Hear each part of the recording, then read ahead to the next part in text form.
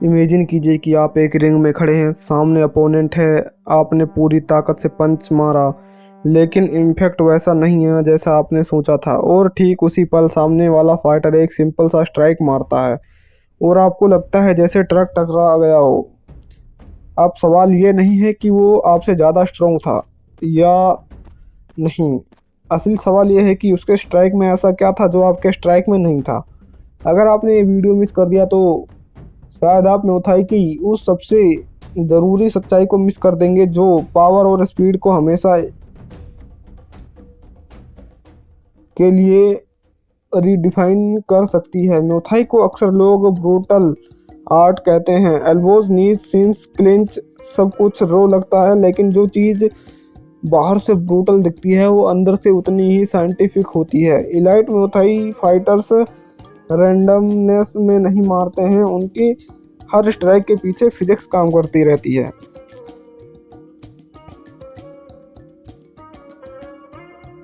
Biomechanics काम कर रही होती है और सबसे ऊपर एक डीप अंडरस्टैंडिंग होती है कि बॉडी कैसे एक यूनिट की तरह मूव करती है। और आज की ये बात सिर्फ फाइटर्स के लिए नहीं है, बल्कि हर उस इंसान के लिए है जिसने कभी सोचा हो कि मैं अपनी स्ट्राइक को और पावरफुल क्यों नहीं कर पा रहा हूँ। जब भी हम पावर की बात करते हैं, ज़्यादा लोग सीधे आर्म्स और लेग्स के बारे में सोचते हैं। पंच मतलब हाथ, किक मतलब पैर, लेकिन यही सबसे बड़ी मिसअंडरस्टैंडिंग है। असली पावर हाथ या पैर से नहीं शुरू होती है, वो ज़मीन से शुरू होती है। जिस पल आपका पैर फ्लोर को पुश करता है, उसी पल फोर्स जनरेट होना शुरू हो जाती है। यही काइनेटिक चैन का पहला लिंक है। अगर आपका कनेक्शन ज़मीन से स्ट्रॉन्ग नहीं है तो ऊपर की बॉडी चाहे कितनी भी ताकत हो, वो पूरी तरह से ट्रांसफ़र नहीं कर पाएगी। अब ज़रा अपनी ट्रेनिंग के किसी एक मोमेंट को याद कीजिए जब कोच बार बार कहता है बैलेंस रखो, हील मत उठाओ, वेट सही रखो। उस वक्त शायद वो बातें बोरिंग लगती हैं, लेकिन अगर आप पीछे मुड़कर देखें तो आपको समझ आएगा कि वो सिर्फ स्टांस नहीं सिखा रहा था, वो आपको पावर या बेटर स्ट्राइकिंग का सोर्स सिखा रहा था। सपोर्टिंग लेग सिर्फ खड़े रहने के लिए नहीं होता है, वो स्प्रिंग की तरह काम करता है। जितनी सही तरीके से आप ज़मीन को पुश करेंगे, उतनी ही ज़्यादा एनर्जी ऊपर की तरफ ट्रैवल करेगी। लेकिन असली मैजिक यही ख़त्म नहीं होता है। अब जो मैं बताने वाला हूँ वो शायद आपको महसूस तो किया होगा, लेकिन कभी कॉन्शियसली समझा नहीं होगा। पावर का असली इंजन हिप्स होते हैं। जो म्यूथाई में हिप्स सिर्फ घूमते नहीं हैं, वो टाइमिंग के साथ घूमते हैं। चाहे राउंड हाउस किक हो या स्ट्रेट पंच, अगर हिप रोटेशन सही समय पर नहीं हुआ तो स्ट्राइक फ्लैट हो जाएगा। इलाइट फाइटर्स हिप्स को थोड़ा डिले करके रोटेट करते हैं। यही डिले एक वाइप इफेक्ट क्रिएट करता है, जहां एनर्जी धीरे धीरे बिल्ड होती है और आखिरी पल में एक्सप्लोड करती है। अब ज़रा खुद से ईमानदारी से पूछिए, आपने कितनी बार जल्दी में हिप्स खोल दिए हैं या फिर डर या स्टिफनेस की वजह से हिप्स को खुलने ही नहीं दिया। यही वह जगह है जहां स्पीड और पावर दोनों लीक हो जाते हैं। हिप्स रोटेशन का मतलब ये नहीं है कि आप ज़्यादा घूमें, बल्कि इसका मतलब है कि आप सही समय पर घूमें। जब पैर, हिप और टॉर्सो एक रिदम में मूव करते हैं, तब स्ट्राइक सिर्फ तेज नहीं होती, बल्कि वो पावरफुल होती है।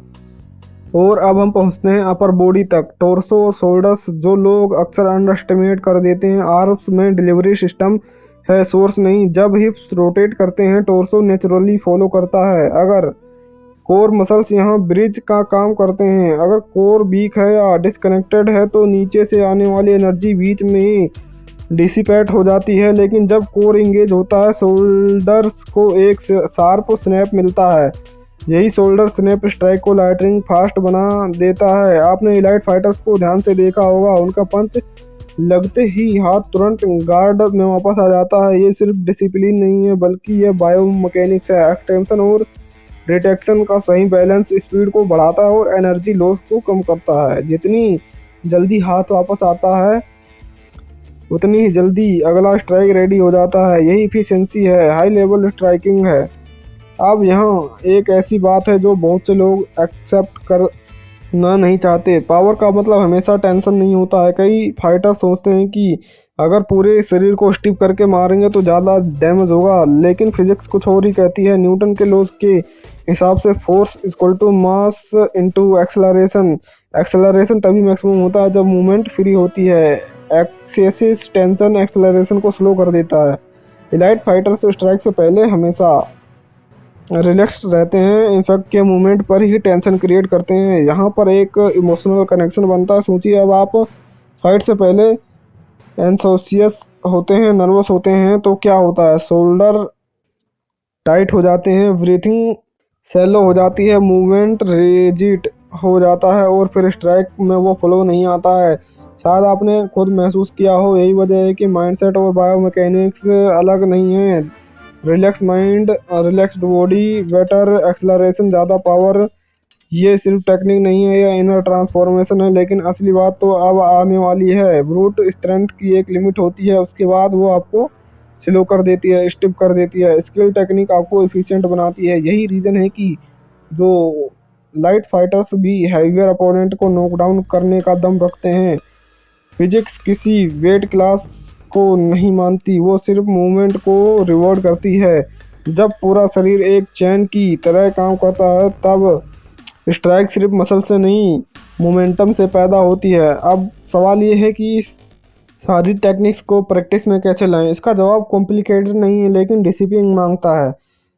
अगली बार शैडो बॉक्सिंग करते वक्त सिर्फ पंचेस मत स्ट्राइक कीजिए, फील कीजिए कि पैर जमीन को कैसे पुश कर रहा है, वेट कैसे शिफ्ट हो रहा है, हिप्स कैसे रोटेट कर रहे हैं और शोल्डर स्नैप कर रहे हैं। स्लो मोशन में अपना वीडियो रिकॉर्ड कर लीजिए, खुद को बार बार देखिए। आपको अपनी सारी छोटी छोटी गलतियां साफ दिखने लगेंगी। एक सिंपल सा एक्सरसाइज इमेजिन कीजिए। आप पहले सिर्फ बॉडी वेट ट्रांसफ़र प्रैक्टिस कीजिए, सिर्फ उसमें हिप रोटेशन जोड़िए, फिर टॉर्सो और शोल्डर स्नैप और आखिर में स्ट्राइक। जब आप इस चैन को कॉन्शियसली फील करने लगेंगे तब पावर अपने आप बढ़ेगी, क्योंकि अब आप सिर्फ पंच नहीं स्ट्राइक कर रहे हैं, आप एनर्जी को गाइड कर रहे होंगे। अगर आप यहाँ तक जुड़े हुए हैं तो इसका मतलब है कि आप सिर्फ फाइट नहीं करना चाहते, बल्कि आप फाइट को समझना भी चाहते हैं। यही फाइटर्स को ट्रूली डेंजरस बनाता है। जो लोग सवाल पूछते हैं वही इवॉल्व होते हैं।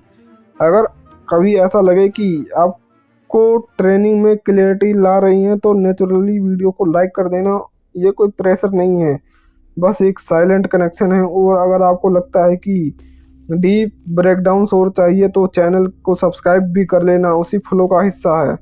अंत में अब एक आखिरी थॉट, म्यूथाई में पावर और स्पीड कोई गिफ्ट नहीं है, ये समझ से पैदा होते हैं। जब आपका बॉडी एक यूनिट की तरफ मूव करता है तब स्ट्राइक सिर्फ अपोनेंट को नहीं लगती है, वो आपके अंदर एक कॉन्फिडेंस बिल्ड करती है। अगली बार जब आप बैग या पैड पर स्ट्राइक करें तो सिर्फ ताकत मत लगाइए, उस कनेक्शन को महसूस कीजिए, उस एनर्जी को फील कीजिए जो पैरों से शुरू होकर फिस्ट या सिन तक पहुंचती है।